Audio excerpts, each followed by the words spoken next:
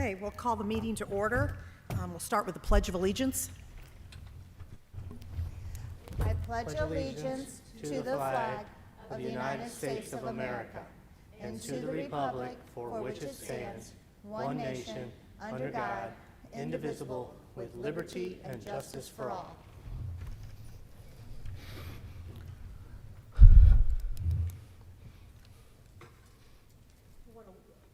We want to welcome everybody tonight, and we'll start with introductions. Dr. Gilman. Randy Gilman, Assistant Superintendent, Elementary. Tammy Cardona, Assistant Superintendent, Secondary. April Meckel, Board Member. Jim Shalhoub, Director. Carol Yon, Board Treasurer. Jamie Willis, Backup Board Secretary. John Stewart, Chief Financial Officer. Kelly Brock, Assistant Superintendent, Human Resources. Vicki Hansen, Board Member. Crystal Hargis, Vice President. Paul Frigo, Superintendent. Judy Smith, Board President, and Michelle Chamberlain has already been excused from the meeting tonight. We needed to approve the minutes from the June 15th meeting. We need a motion. So move. Second. All in favor? Yes. Any opposed? Okay, that passes. 2.4, approval of the agenda for tonight, July 20th. We need a motion. I make a motion. Second. All in favor? Yes. Yes. Any opposed? Okay. Moving on to 3.1, Dr. Gilman, patron comments. Yes, we have 5 comments this evening. I'd like to remind our speakers that problems involving a particular or identifiable employee and our students are reserved for executive session. Items must be from the posted board agenda. A 3-minute time period will be allowed per speaker. A warning will be given after 2.5 minutes. The Vice President of the Board will be the timekeeper. Our first comment this evening is from Nathaniel Reedy.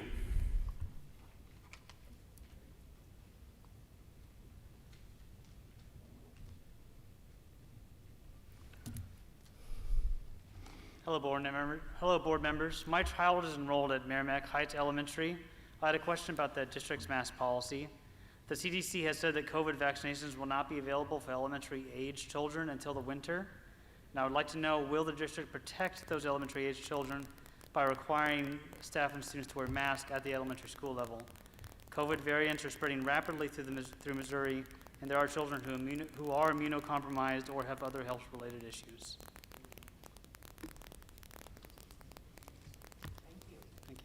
Thank you. Our next speaker is Rick Lamborn.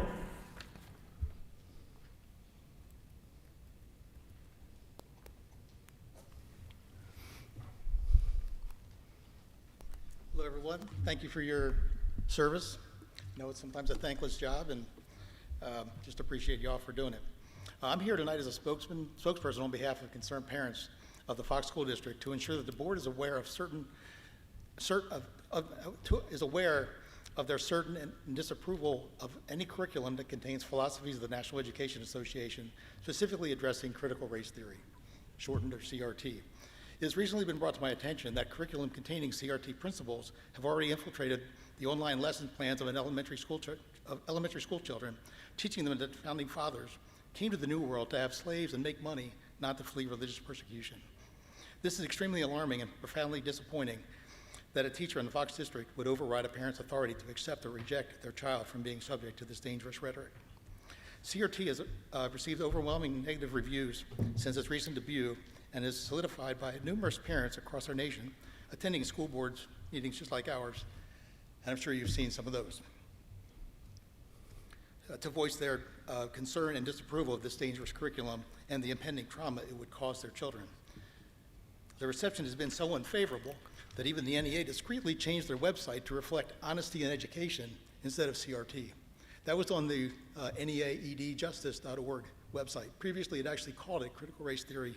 Now they call it honesty in education, which is just the same. It was the same bullet points, the same topics, but that's what they're calling it. Regardless of what you call it, parents are overwhelmingly reject critical race theory,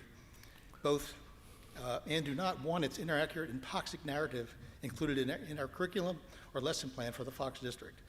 The NEA and various other powerful teachers' unions are responsible for attempting to introduce CRT into our nation's schools. This is particularly troubling, as you are well aware that 5 of the 7 of you have accepted NEA contributions for your elections, which tells us that you either don't know their agenda or you agree with it, in my opinion. I would like to remind you also, the NEA also advocates for Black Lives Matter in school, but all lives matter, come on. The LGBTQ agenda, boys and girls bathrooms, etc. Fair and just immigration is what they call it. It's in most people's opinion, they call it open borders. Educational equity for women and girls, I'm not sure how you can do that when you're going to allow boys. 30 seconds. On behalf of the Fox School District, parents and citizens, we would like the board to acknowledge that they are either in favor of the NEA agenda, and if not, publicly denounce it by refusing to accept their money and joining a different teachers union. In fact, I would encourage everyone at Fox School District who is a member of the NEA to seriously making that change. Thank you for your attention.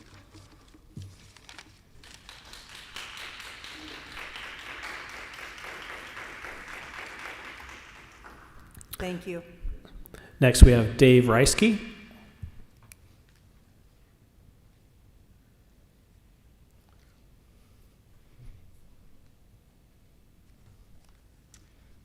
Hi, I'm Dave Reisky. I'm a resident of Jefferson County.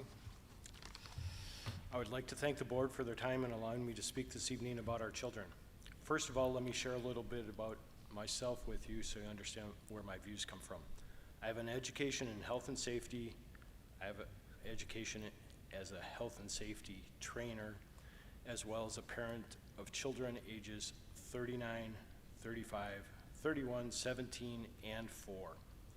So I have seen and experienced a wide range of influence and changes that affect our children. Hopefully, we are all here for the same reason, the kids. Whether directly or indirectly, everything discussed at these meetings is all about the kids, and let us never forget that. We're not a business manufacturing a product or a service. Our children are our most valuable resource and the future. I did have a list of questionable actions done by our education systems through the years, which most of us have seen firsthand or at least should be aware of. I am not here to point fingers nor hold anyone accountable. We all share some responsibility for lack of involvement or failing to speak up. This is not about me, nor do I have a personal agenda. Everybody has a story, but I want to be brief and to the point. Let us talk about the elephant in the room. We hear almost daily about changes, rules, and guidelines being thrust upon us, most with no validity or fact to back them up. My concern is our kids are wearing face masks. I could list facts, show graphs, or go into mind-numbing details in an attempt to prove a point, but I won't. All I ask as a parent is that you do research on your own and not obediently follow instructions of a union or a group. These decisions should not be easily taken or lightly taken. Do not accept information that somebody has simply attached the phrase according to a study. As institutional professionals, remember what you instruct your students. Show your sources. To date, there have been no studies that have been done or peer-reviewed showing that masks are effective. We are told never to make a decision with emotion. Follow the facts. I have one student in the final year and one about to enter the system. 30 seconds. I will not allow either to continue if irrational or non-responsible quantified rule is put in place. Fewer students means smaller budget. There are several options out there. If you require some guidance or valid resources, feel free to contact me. I will offer some sources. Thank you for your time, and please don't ever forget, it's all about the kids. Thank you.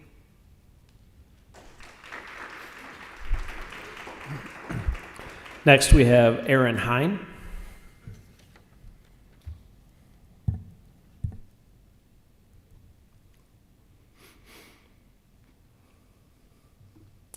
Good evening. I'm a parent of a Fox Elementary student, and I am very concerned. I'm concerned that the people seated before me will succumb to the pressures of the media and the unions. While I present you with facts backed by actual scientific data, I want you to put aside your personal biases. Fact, April 19th, a published Stanford study shows that masks do absolutely nothing to prevent the spread of COVID-19. It can actually aid in the deterioration of one's health. Fact, June 15th, an article published with Town Hall reported a group of parents sent their kids' face masks to a lab for analysis. 11 different pathogens were found on their masks, including pneumonia, tuberculosis, meningitis, and food poisoning. Fact, June 30th, the Journal of American Medical Association published a highly researched, peer-reviewed study that included children between the ages of 6 and 17 should not be made to wear masks. The re-ingestion levels of carbon dioxide were documented as being unacceptable and dangerous to one's health. Fact, there is not one single reported or documented case of COVID having been transmitted from student to teacher or vice versa. Not one.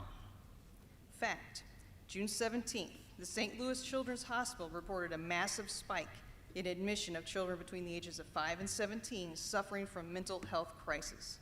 This crisis is largely due to isolation caused by closing schools, social distancing, and a complete removal of extracurricular activities. Fact, June 14th, the CDC published data reflecting drug overdose deaths in 2020, hit the highest number ever recorded. 93,000 people, to include children, died from drug overdoses. Caused factors, isolation. Fact, COVID-19 survivability rates published by the CDC still report that persons 0 to 19 have a 99.9% chance of surviving. The facts are clear.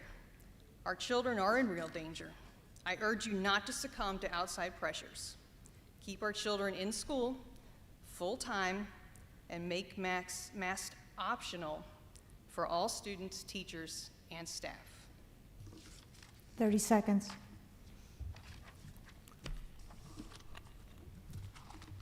Thank you.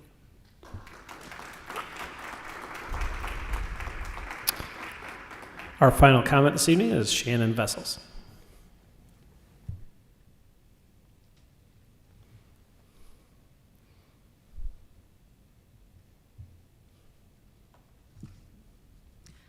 I'm a mom of a senior, a freshman, and a fourth grader. Last summer, we were told that third grade and younger would not be required to wear masks. Later, I sat in this room, shocked to see that change.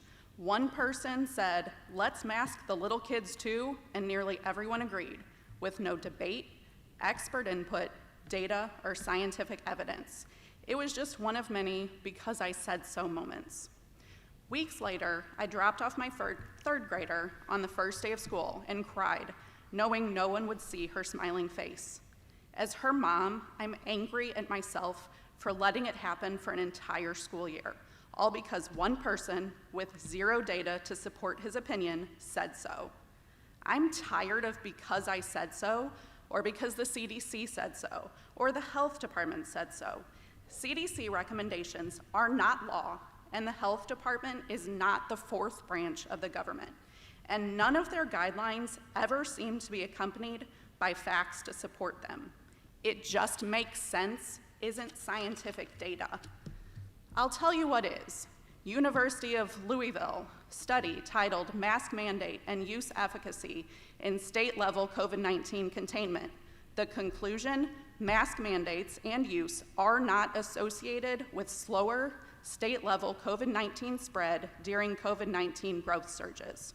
A 2020 Danish peer-review control study results infection with SARS-CoV-2 occurred in 1.8% of participants in masks and 2.1% in the control group. That's a 0.3% difference.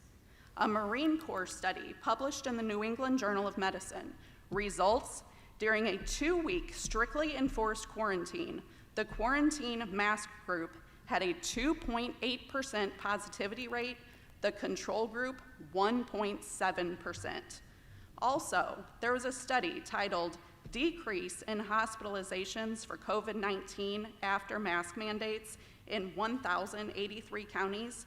This study was withdrawn because the evidence showed instead increased rates of infection in the counties studied. I could have referenced many other studies and experts, but I won't and can't for the sake of time. 30 seconds. I am asking you to keep masks optional for the 21-22 school year. If you don't, I hope you have the same abundance of data to back it up.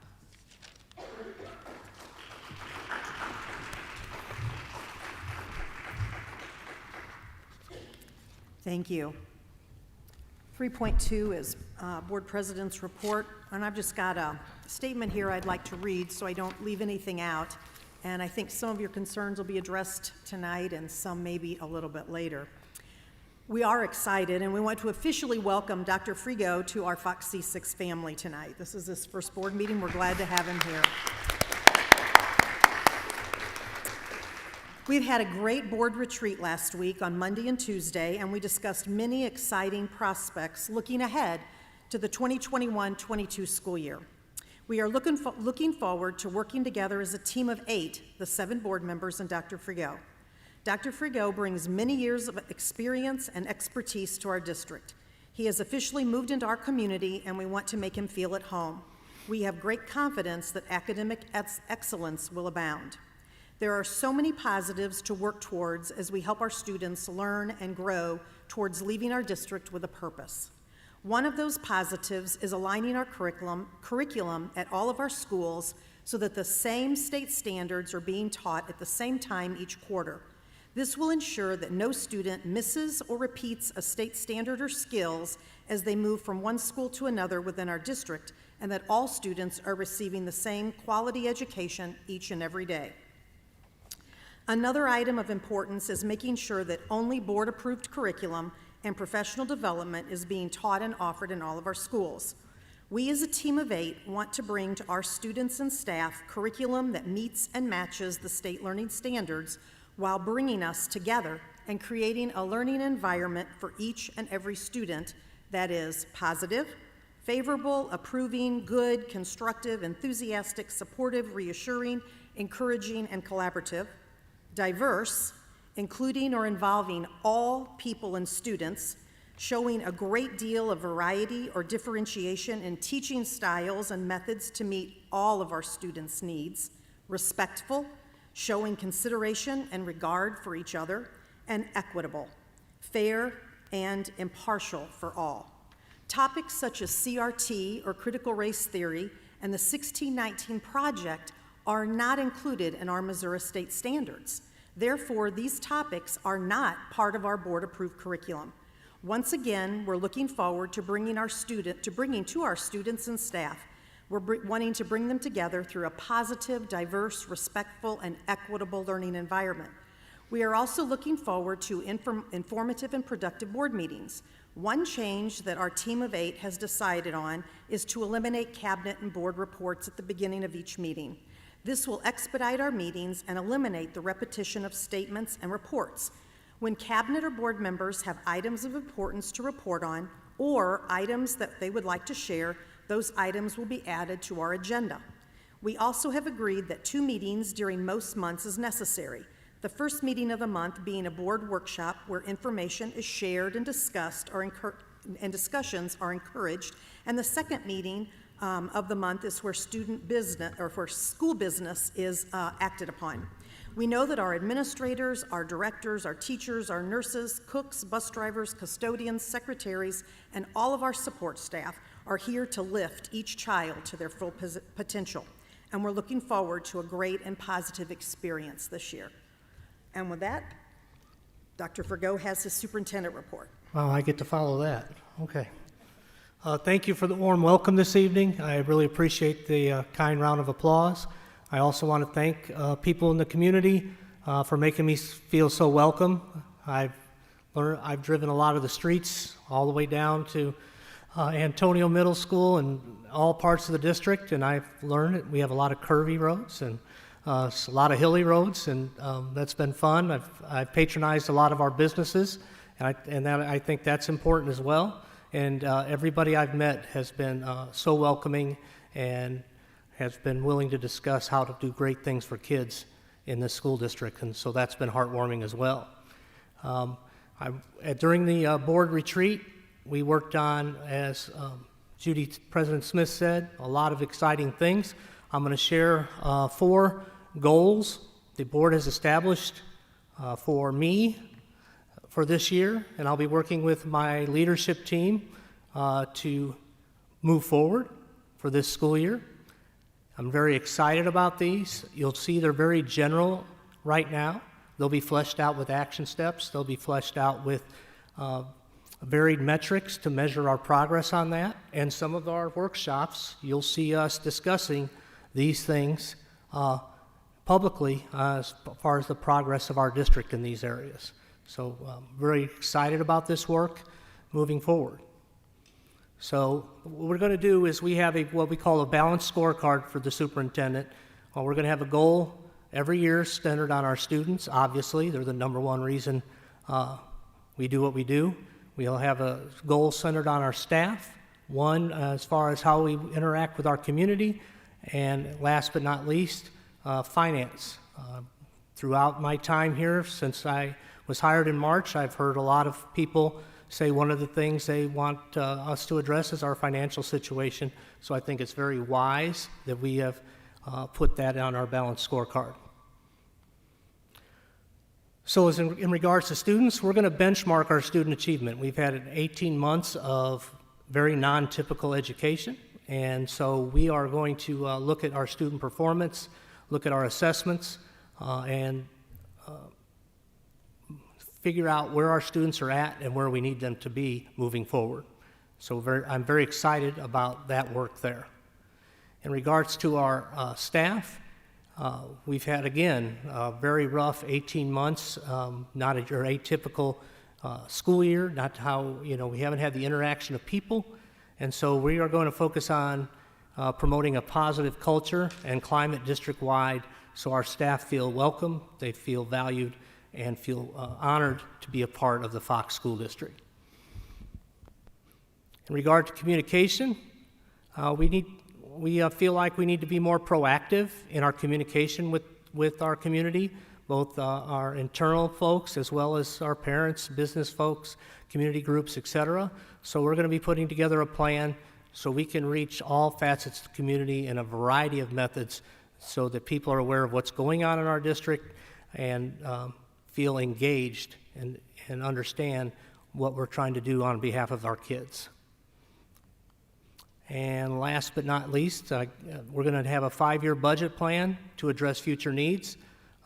We have certain staffing needs moving forward. We have certain facility needs, et cetera.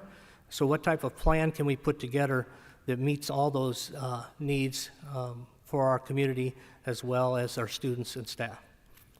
And do we have any questions from the board on those before I go forward? No. I appreciate the input at the retreat on this, and as you said, we'll be a minimum of quarterly updates throughout the year to let the community and everyone know how we're progressing on these goals. We've heard a lot of comments tonight about masks and what school's going to look like this fall. I'm asking for a little more patience and grace from the group. I met with the regional superintendents last week, and we're monitoring data, we're monitoring reports, et cetera, and we are going to be making an announcement on what school will look like this fall the last week of July or at the latest the first week of August to let you know what we're doing. We're currently under a mask optional guidance, and we will be communicating that. It'll be our proactive plan, and we'll use as many methods as possible to let people know what we land on. I'm hopefully late July, but at the latest early August. So I know that doesn't answer your question on what we're doing, but it gives you kind of a timeline of where we'll be at. Okay. 4.1, Missouri School Board Association Annual Conference. Am I just supposed to? This is the Missouri School Board Association's annual conference. It's going to be held this year on November 4th through the 7th in Kansas City. And I do believe that every board member and Dr. Frigo and the new administrative assistant will probably be attending that, she's not here yet. She didn't know that yet. Will probably be attending that conference. It's a yearly conference. Last year they didn't have it due to COVID. And so we're looking forward to learning about new innovative ideas, the things that our school district can utilize. 5.1, approval of meal prices for 2021-22. Mr. Stewart. So you have before you the information on meal price increases.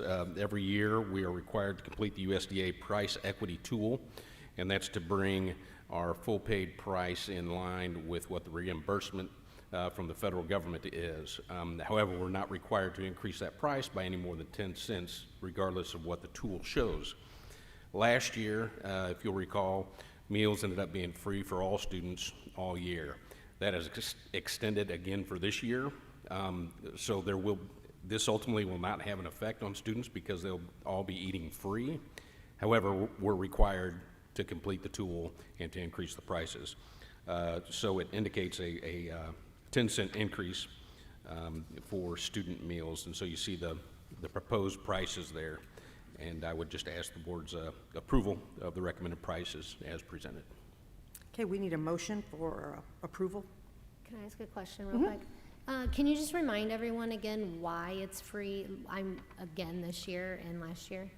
Okay, due to the pandemic, is the USDA, the federal government, decided to make all meals, breakfast and lunch, free for all students throughout the nation, fed through school districts. So. Typically, in a regular year, free and reduced is based on a level of income and poverty. And so depending on where a family's income comes in, they're either free, reduced, or full price meals, but all will be free for the coming school year. Okay, we need a motion. I'll make a motion. Second. All in favor? Yes. Anyone opposed? Okay.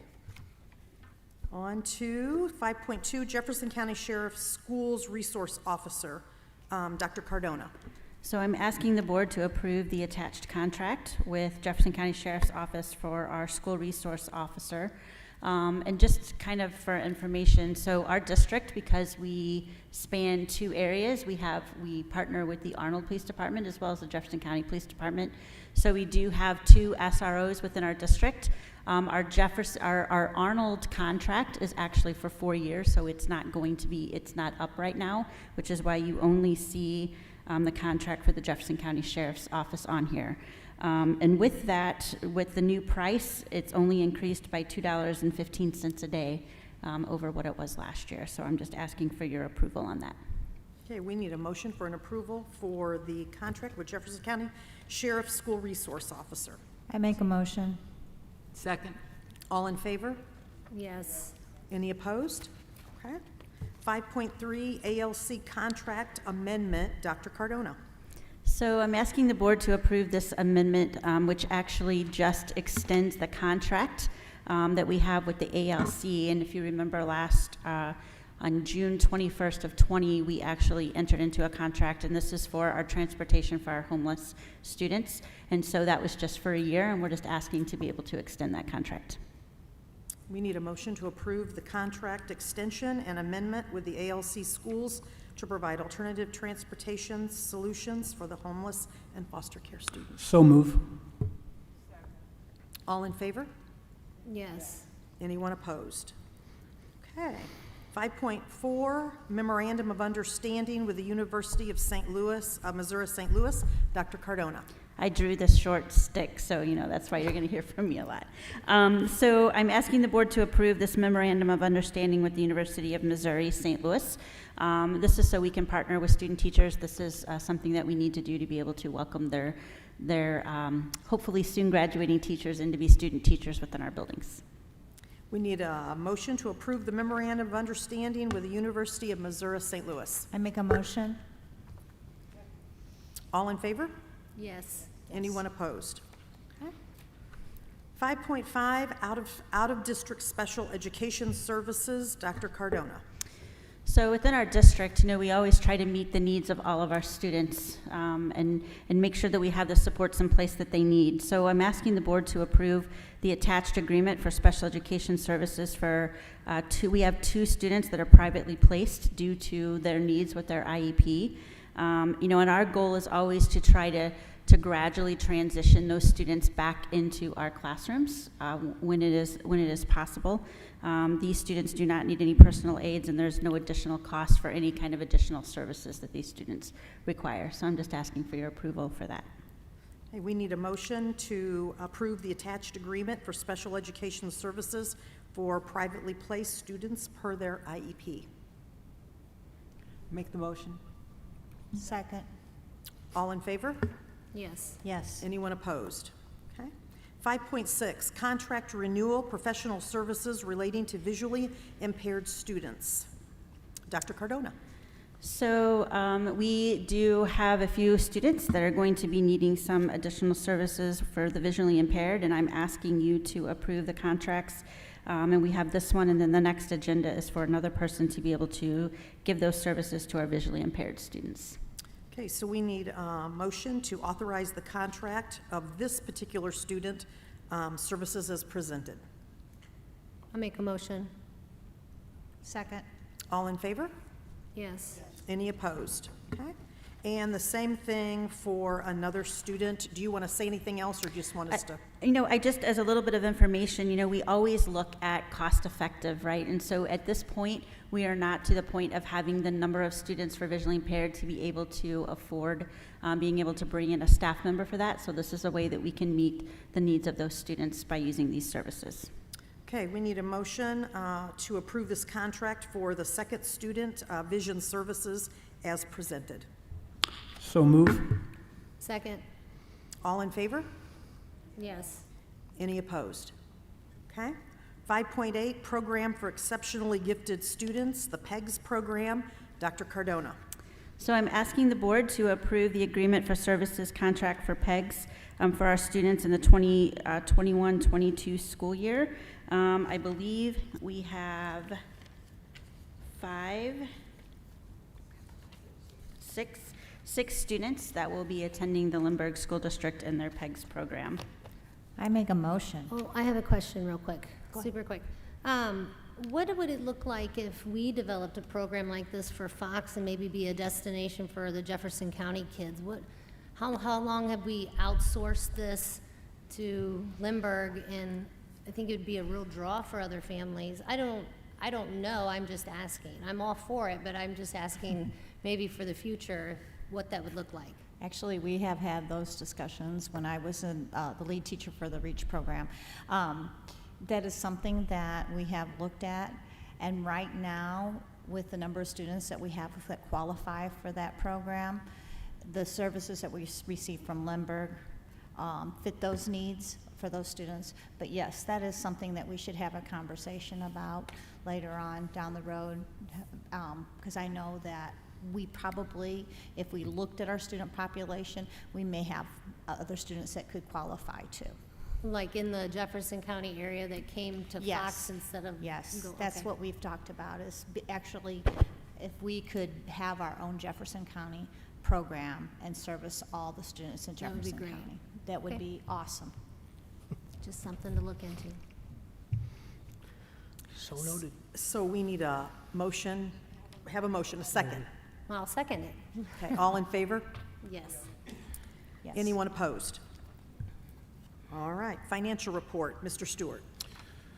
So you have before you the financial report for the year ended June 30th, and we have good news to share. So the familiar bar graph, JP has it up there, and you will see the month of June ended the 2021 school year is the gray bar at the right of each of those months, and you can see that it outpaced every year except for the June 30 balance of 1213. So we ended the school year with operating fund balances of just under $19 million. The past several years, we've been at 15.3 to 15.6 million, and then in 13-14 we were 15.7 million.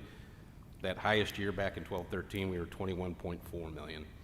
So we made some good progress this year. That fund balance as a percentage of expenditures, which is the magic number that DESI looks at, is 16.57%. And if the board will recall, the fund balance policy that was put in place last fall was to maintain a minimum fund balance of 15 to 20%. So we've passed the 15% mark, and we have work to do to get to 20. But this is good news for the district, for the community, and in the midst of a pandemic. So, and ultimately, as we look and start analyzing numbers, part of the reason for that is actually the pandemic, and it's not necessarily the ESSER funds and the Jefferson County CARES Act money and that came in, because most of that had strings attached that you had to apply that to unbudgeted items, so you had to buy new things with new revenue. Most of this, a big chunk of that increase in the operating fund balances is we transferred less money to the capital projects by approximately $2.2 million than we have in the last several years. However, our capital projects fund still has a nice ending fund balance of 2.7, almost $2.8 million to fund projects next summer. So, well, I mean, it's small, but it's, you know, relatively speaking, it's small, but it's better than it has been, and gives us a place to start moving forward. And then, so there's the 2.2 that we didn't transfer that stayed in the operating funds. We also had some large savings in the transportation department, specifically because buses were only operating 4 days a week, so basically 20% of their expenses as far as the cost of running the bus, not the personnel expenses, but the fuel and all those supplies and everything, reduced basically 20% there.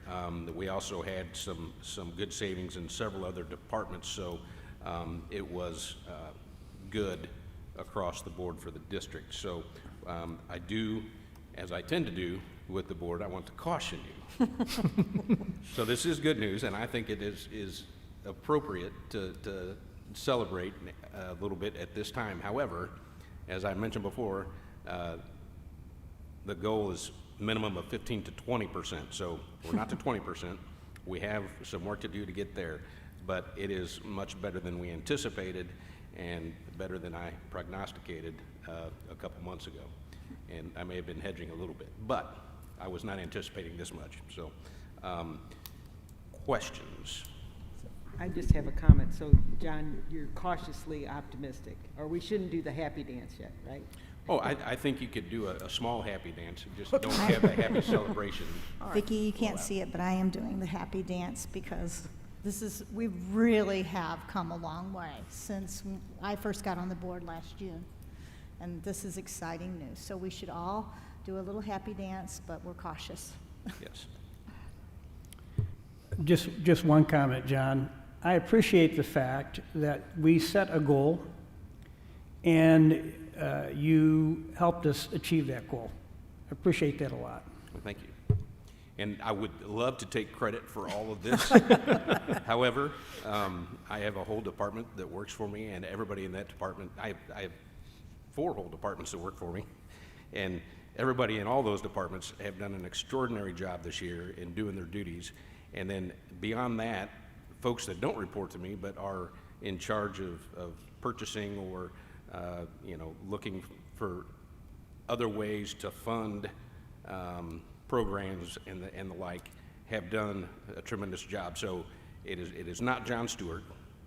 I get the privilege of talking about it, but it is the Fox C-6 community as a whole, the staff as a whole. So everybody's done a fantastic job. Oh, and the one thing I forgot.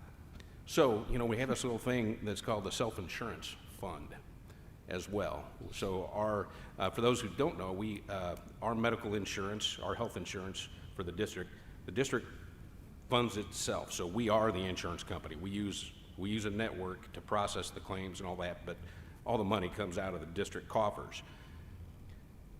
2 years ago, we were at $500,000 fund balance in that, and that is dismally low. A year ago, we were at 1 million. We made some progress. Through the insurance committee, and some of those folks are here tonight, we set a goal a little over a year ago for a $2 million reserve. And I know that may sound a lot for an insurance fund, but that's 2 months of claims. No, that's 1 month of claims. Sorry. Yeah, that's basically 1 month of claims. And so you've only got 1 month of claim funds in your bank at that time. So that was the goal that we set. We are now, as of June 30, we're at $1.3 million in the insurance fund. Our goal to be at $2 million was a 3-year plan, so we are, not quite, 2/3 of the way there through a year. So hopefully in 2 years we'll be at least $2 million. And of course, as claims go up and as premiums go up, that fund will need to, that reserve for claims will also need to increase. But we're making progress in the self-funded insurance fund as well. Thank you very much. Good news, good news. 7.1, payment of bills, Group A. Mr. Stewart, do you need to say anything? Just ask for your approval. All right. We need a motion to approve Group A bills, and Ms. Hargis, you need to abstain. Okay?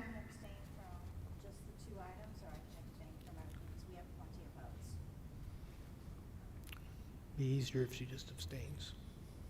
That's okay. Okay, we need a motion to approve the Group A bills. I'll make a motion. Second. All in favor? Yes. Yes. Anyone opposed? Okay. And 7.2, approval of contract for courier service. Mr. Stewart. So as you're aware, we are in the middle of changing our banking relationship. We will start using a courier service to take cash to a depository. And so we did some looking and searching for companies to do that for us. We ended up with 2 that were really viable, and Brinks is the one we have selected to do that. So attached to the contract for Brinks, it is a 1-year agreement. The other company that was viable was it was going to be a 2-year minimum agreement. Since this is a new service for the district, I kind of didn't want to tie us any longer than needed, and we can always come back in a year and readjust things. So I'm asking the board to approve the contract that has been reviewed by our attorneys. Okay, motion to approve the contract with Brinks for courier service. So moved. All in favor? Yes. Anyone opposed? 7.3, purchase of Chromebooks. We need a motion to approve the purchase of 1,900 Chromebooks at a cost of $454,689. I can't see. Mr. Stewart, did you want to say anything about that? We are going to look, part of these, it's potential that part of these could be funded by some of the ESSER funds. So this will be, and yeah, moving forward, this will be basically an annual cycle for replacement, and this will come up. We will be presenting this at the June meeting after the approval of the budget in the June meeting, so that the ordering and the fulfillment of that can occur on a more timely basis. John, this is 1-to-1 for grades 6 through 12, correct? Correct. And these in particular will be to 6th graders and 9th graders, and 6th graders keeping them for 3 years, 9th graders for 4. Any other questions? So this is essentially going to become really an overhead cost that we have in Correct. order to keep our kids in technology. Correct. Okay. We need a motion. I make a motion. All in favor? Yes. Yes. Anyone opposed? 7.4, purchase of confection oven. Mr. Stewart. So we recently bid out for 4 convection ovens for 3 different buildings: Seckman High School, Fox High School, and Guffey Elementary. You see the bids that arrived there. Session Fixture Company had the low bid, and so we're asking the board to approve the bid from Session Fixture. We need a motion to approve bid from Session Fixture Company for $21,359.60 for the purchase of 4 double-stack confection ovens. I'll make a motion. Second. All in favor? Yes. Any opposed? 7.5, approve bid for Guffey Elementary Playground. Mr. Stewart. So we solicited bids for playgrounds, for playground replacement or new playground at Guffey Elementary, and we had 3 bids submitted. You see those. They were all within $15, but based on the quality of the equipment and the number of play activities, we are recommending to go with All-Inclusive Rec and their bid of $120,000, and we would ask the board to approve that. It will be funded via the donation from McBride, and the remainder of the 120 would come from Prop P funds. Okay, we wanted to be sure. The reason this is happening is because McBride funded most of their playground. Correct. Yeah, there was a donation from McBride of $90,000 towards this. Okay, anybody have any other questions? Okay, we need a motion to approve the bid from All-Inclusive Rec for $120,000 to install a new playground at Guffey Elementary School. I make a motion. Second. All in favor? Yes. Any opposed? Okay. 7.6, approve bids for Antonia Elementary and Merrimack Heights additions and Merrimack's HVAC. Mr. Stewart.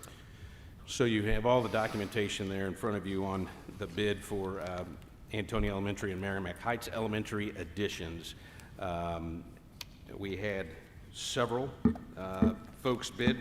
We had 2 bidding solely on the controls, and we had 5 general contractors bidding on the overall work.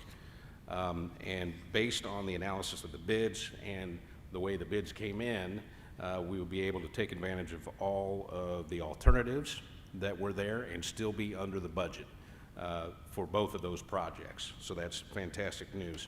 So we are asking the board to, let me get to the right page here, to approve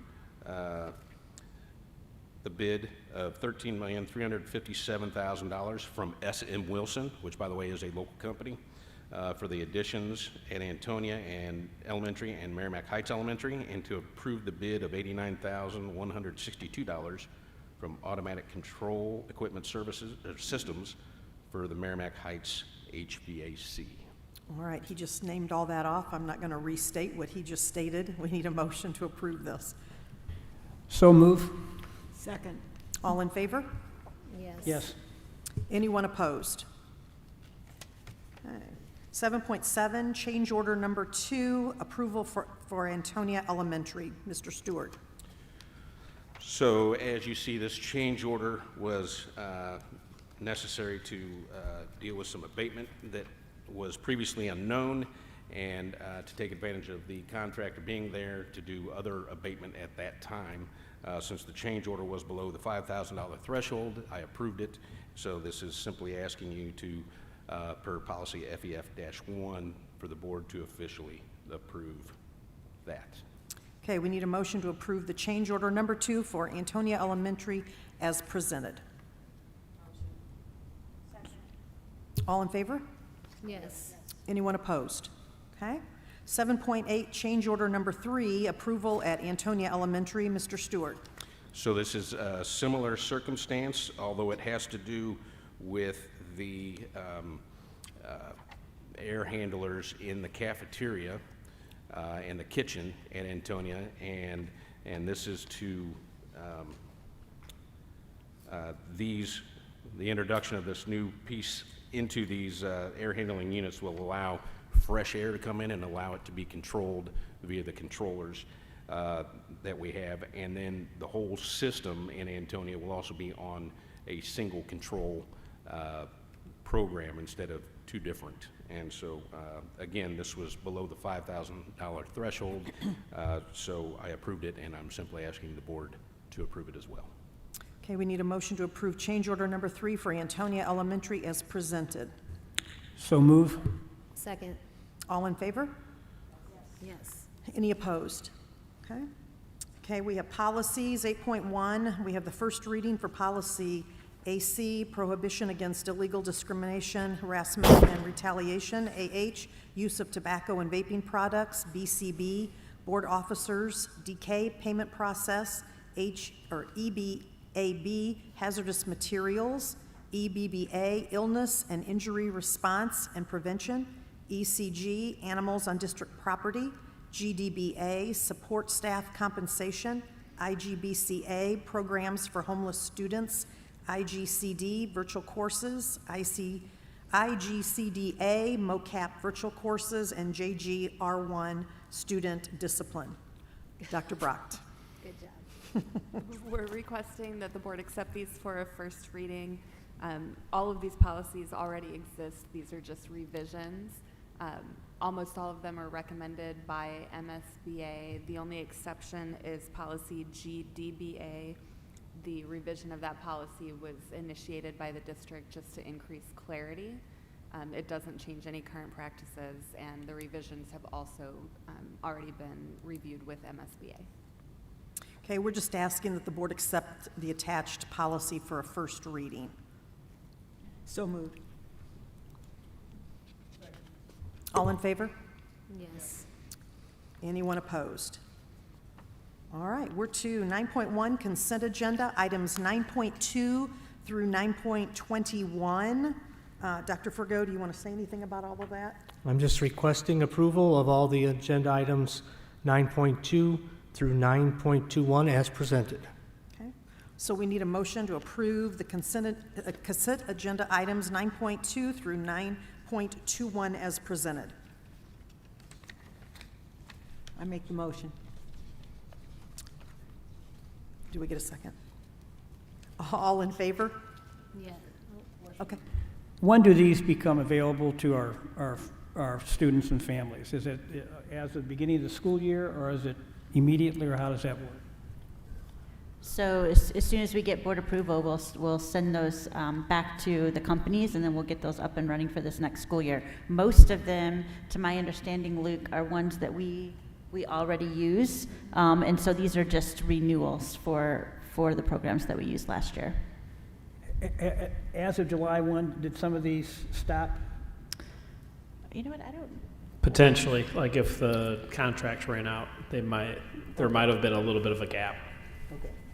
What was his question? What'd you say, Jim? What was I was just curious if some of these programs had, as of July 1, expired, and if this renewal will get those active again. Before school starts. Yeah.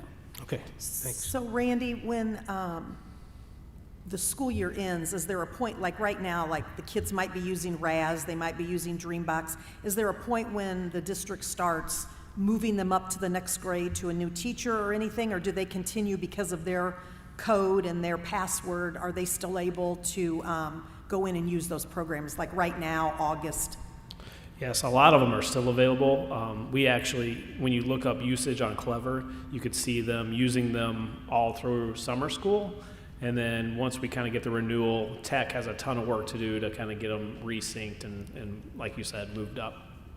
So does it kind of stop for a little while until? It could. It could? Yes. Okay. Yes. I believe RAS did stop July 1. I think Learning A to Z did. There was a pause in Learning A to Z, yes. Okay. All right, so did we get a motion in second? Okay, Yes. we need, all in favor? Yes. Anyone opposed? Okay, we need a motion to adjourn. Motion. All in favor? Yes. Yes. Any opposed? Thank you, everyone, for being here tonight.